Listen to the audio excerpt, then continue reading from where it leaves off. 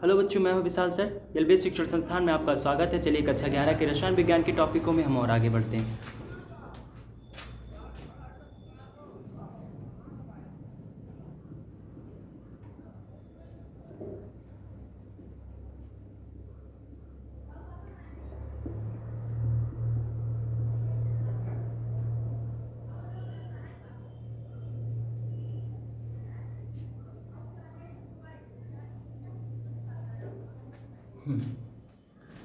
तो आज का हमारा टॉपिक है इस चैप्टर में पाउली अपवर्जन का नियम।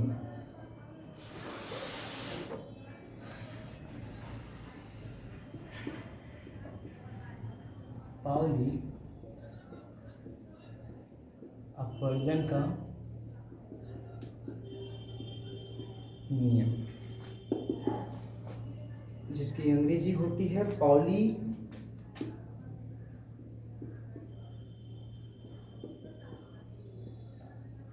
Exclusion principle.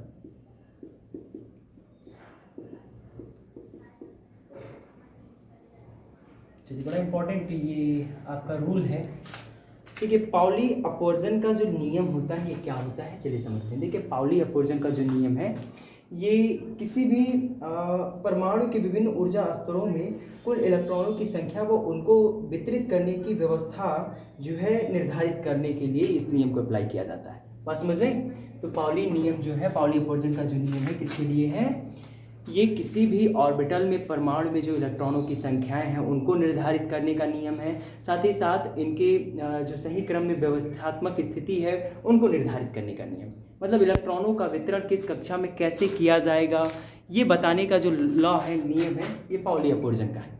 बात समझ में? पाउली अपवर्जन के नियम के अनुसार किसी परमाणु में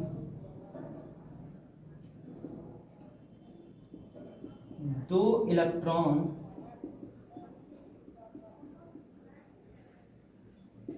के लिए चारों क्वांटम संख्या का मान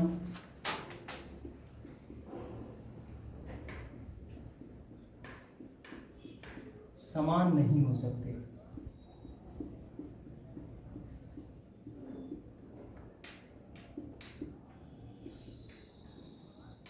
यही जो है पाउली अपवर्जन का नियम है।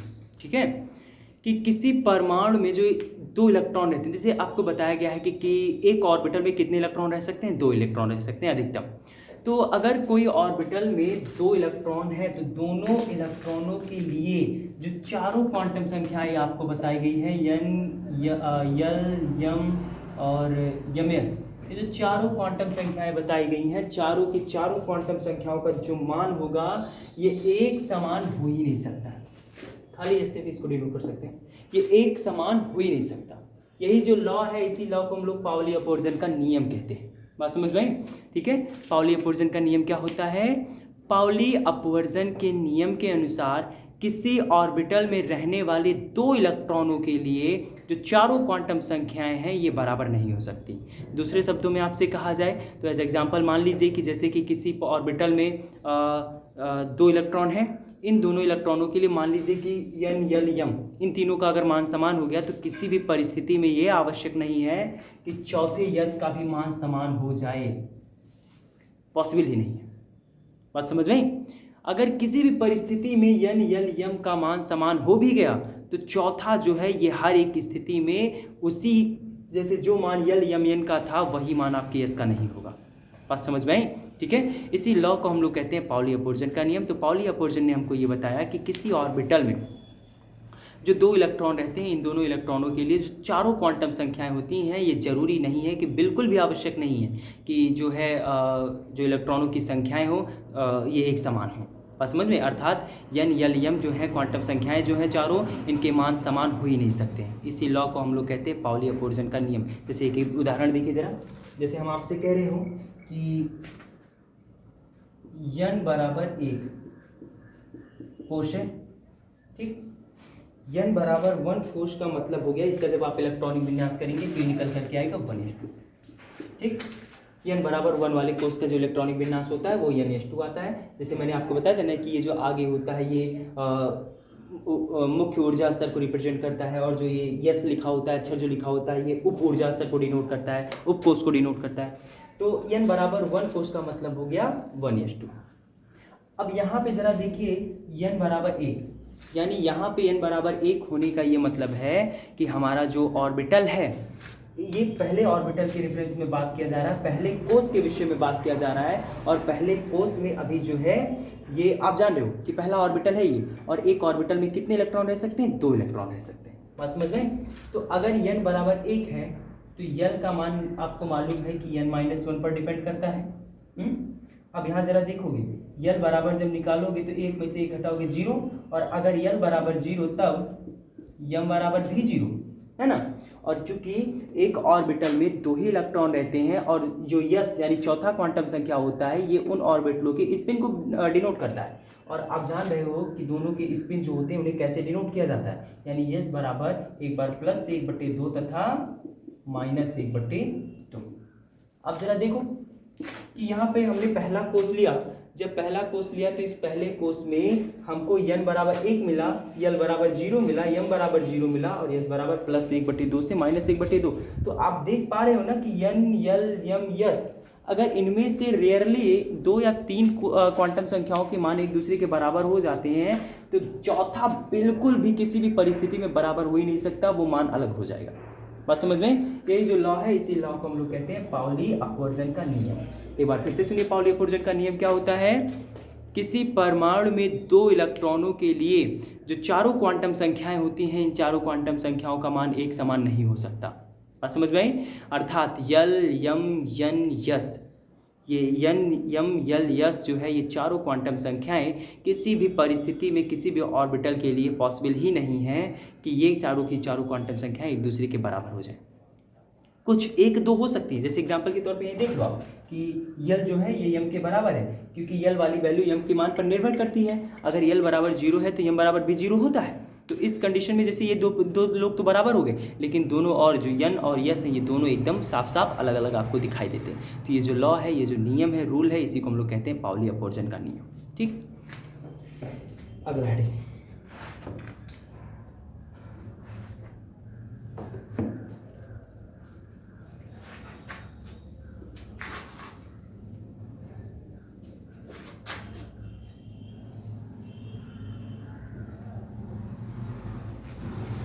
पाउली अपवर्जन के अनुप्रयोग।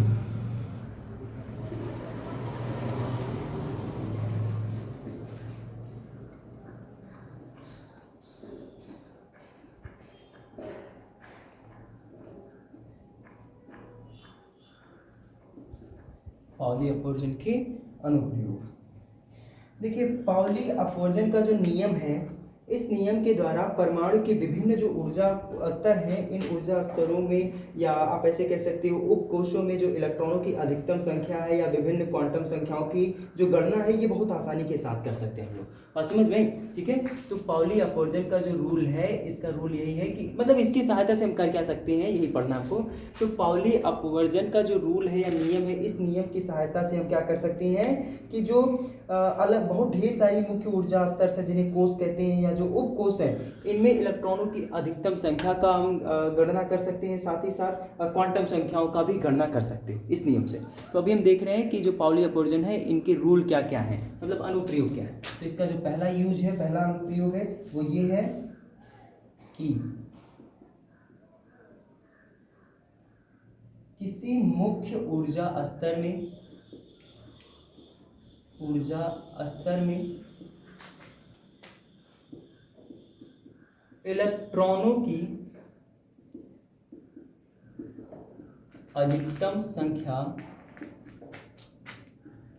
2n² हो सकती है।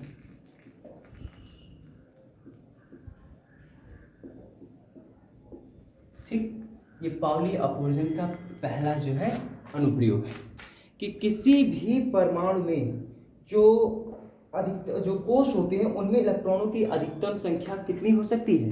2 यानी का स्क्वायर, इसी के बराबर हो सकती है, जहां n बराबर 1, 2, 3, 4, 5 ... हो सकती है। ठीक, n के ये मान आप रखते हुए चले जाइए, हर एक कोष में आपको इलेक्ट्रॉनों की संख्या मिलती हुई चली जाएगी। बात समझ में? ठीक। इसका दूसरा अनुप्रयोग है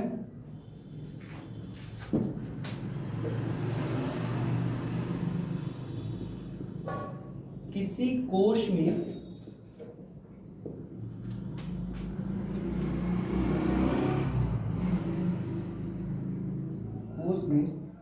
उपकोषों की कुल संख्या मुख्य ऊर्जा स्तर यानी कोष के बराबर होती है।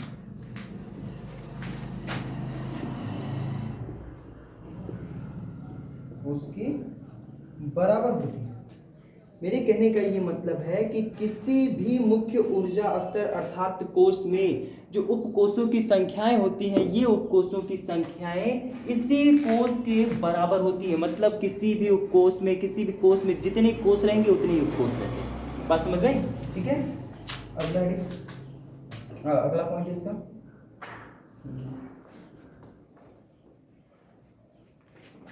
जैसे इसी रूल को जो यहाँ पे जैसे मैंने बताया कि किसी भी मुख्य ऊर्जा स्तर में इलेक्ट्रॉनों की जो अधिकतम संख्या 2n² हो सकती है, तो इसी के मुताबिक अगर जो हमारा यस उप ऊर्जा स्तर यानी यस उपकोष है, तो यस उपकोष में अधिकतम इलेक्ट्रॉन जो रह सकते हैं वो रह सकते हैं 2।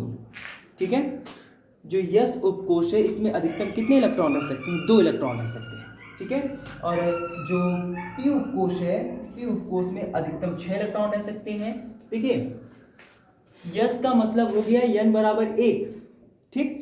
n बराबर 1 माने पहला कोष और पहले कोष का जो उपकोष होता है इसे यस से लिखा जाता है। ठीक है। और n बराबर 2 माने दूसरा उपकोष और दूसरा कोष और दूसरे कोष के उपकोष को p से लिखा जाता है। अब जब इस फॉर्मूले में आप n बराबर 2 रखोगे तो 2 दूनी 4, 4 दूनी 6 और n बराबर जब आप 3 रखोगे और n बराबर 3 का मतलब तीसरा उपकोष और तीसरे उपकोष को यस पी डी से लिखा जाता है। और डी जब रहेगा तो यहाँ पे n के स्थान पे जब 3 रखोगे तो 3 3 का 9 दूनी 18। ठीक। और जो आपका डी ऑर्बिटल है, डी ऑर्बिटल में कुल 10 इलेक्ट्रॉन रह सकते हैं। सर ये चाहिए जो आपका डी ऑर्बिटल है, डी ऑर्बिटल में कुल 10 इलेक्ट्रॉन रह सकते हैं। ठीक है। और जो आपका यफ है, यफ में कुल 14 इलेक्ट्रॉन रह सकते हैं। ये उपकोषों की फिलिंग का जो है पाउली अपवर्जन के द्वारा रूल है कि अगर देखिए किसी मुख्य ऊर्जा स्तर में, देखिए कोष में जो इलेक्ट्रॉनों की अगर संख्याएं देखनी है तो आपको यहां से मिलेगी कि किस कोष में कितने इलेक्ट्रॉन रहेंगे। जैसे पहले कोष में आपको देखनी है कि कितने इलेक्ट्रॉन रह सकते हैं, तो पहले कोष में इलेक्ट्रॉनों की संख्याएं 2 रहेंगी। दूसरी कोष में इलेक्ट्रॉनों की संख्या जब रखोगे यहाँ पे तो आपको 6 मिल जाएंगी। तीसरी कोष में जब रखोगे तो 18 मिल जाएंगे। इसी प्रकार से आप कोषों की संख्याओं को अर्थात मुख्य ऊर्जा स्तर स्मॉल n की वैल्यू को रखते जाइए 1 2 3 4 5, आपको कोषों में इलेक्ट्रॉनों की संख्याएं मिलती चली जाएंगी। अब यही अगर हम बात करें, ये जो रूल आपका पाउली अपवर्जन का जो रूल है उसके तहत ये जो बात निकल करके आ रही है, ये चीज हमको बता रही है कि यस उपकोष में अधिकतम 2 इलेक्ट्रॉन और पी उपकोष में अधिकतम 6 इलेक्ट्रॉन और डी उपकोष में अधिकतम 10 इलेक्ट्रॉन और एफ उपकोष में अधिकतम 14 इलेक्ट्रॉन हो सकते हैं। बात समझ में? ठीक। जैसे पहले कोष के अगर ये उपकोष फिल हो गए तो इसके बाद दूसरे कोष के उपकोषों को भरा जाता है। बात समझ में आई? ठीक है। एंड इसका जो है चौथा होता है कि चौथा अनुप्रयोग किसी मुख्य ऊर्जा स्तर में कुल n² ऑर्बिटल होती है।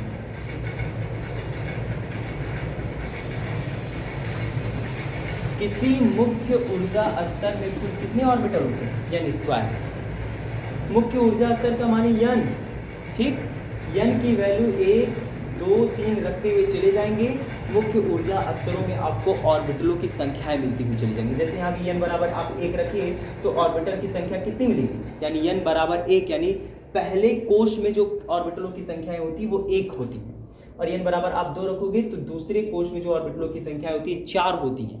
बात समझ में? n के स्थान पे आप 1 2 3 4 5 6 7 8 ऐसे रखते हुए चले जाएंगे तो आपको जो है ऑर्बिटलों की संख्याएं मिलती हुई चली जाती है। बात समझ में। और ऑर्बिटलों की संख्याएं जो होती हैं ये मुख्य ऊर्जा स्तरों की संख्याओं पर निर्भर करता है। अर्थात अगर मुख्य ऊर्जा स्तरों की संख्याएं आपको ज्ञात है तो इन्हीं का वर्ग करते हुए चले जाइए। प्रत्येक कोश में, प्रत्येक मुख्य ऊर्जा स्तर में आपको जो है ऑर्बिटलों की संख्याएं मिलती हुई चली जाएंगी। बात समझ में, ठीक है।